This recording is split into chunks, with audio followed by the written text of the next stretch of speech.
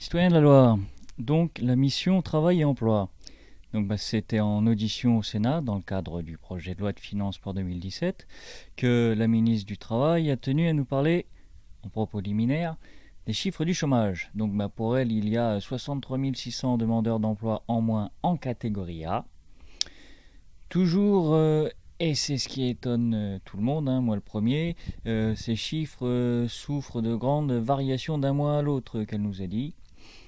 Néanmoins, ça constitue quand même une baisse de 90 000 demandeurs d'emploi depuis le début de l'année en catégorie A. Et l'insertion des jeunes a augmenté. Il y a moins 40 000 demandeurs inscrits à Pôle emploi.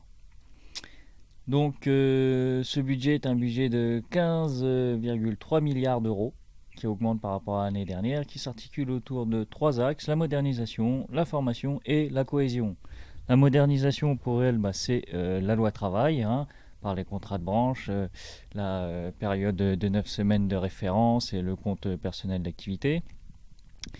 La formation par le plan 500 000 formations de plus, l'État souhaite en fait construire les parcours professionnels.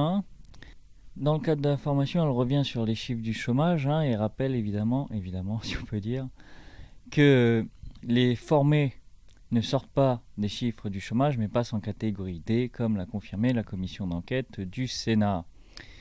Il y aura 196 millions de plus cette année pour continuer les conventions de formation de 2016 et 5 millions d'euros sont affectés au compte personnel de formation. Au niveau de la cohésion, le gouvernement veut soutenir l'emploi notamment par les contrats aidés de 84 milliards d'euros, par les aides à l'embauche aux PME et la garantie jeune. Les aides à l'embauche PME, elle sera dotée de 185 millions d'euros. La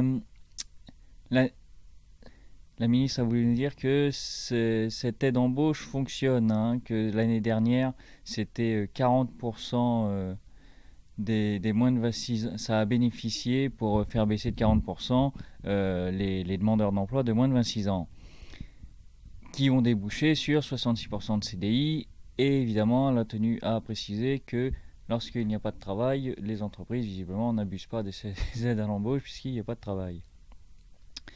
747 millions d'euros seront alloués à l'emploi des jeunes par la garantie jeune. La rémunération des apprentis sera améliorée de 80 millions d'euros. Chouette, par apprenti j'espère. Et aussi notamment la simplification de la procédure pour inciter à l'embauche des apprentis. Les trimestres d'apprentissage seront comptés pour l'assurance vieillesse, donc pour la retraite. Les TPE pourront avoir une aide jeune apprenti sur un budget de 284 milliards d'euros. C'est pas beau tout ça. Et pour finir, le financement des structures, la ministre nous a dit que Pôle emploi bénéficierait de 1,5 milliard d'euros.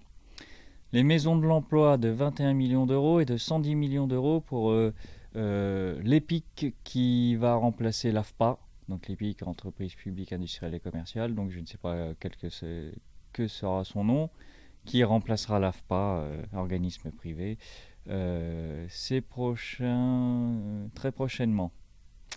Donc voilà, un budget travail-emploi 15 milliards en augmentation et puis surtout ce qu'il faudra regarder, c'est l'effectivité de tout ça sur le terrain, parce que à mon avis, quand on déploie tout ça, si ça marche pas, c'est qu'il y a un problème quelque part. Allez, sur ce, à la prochaine.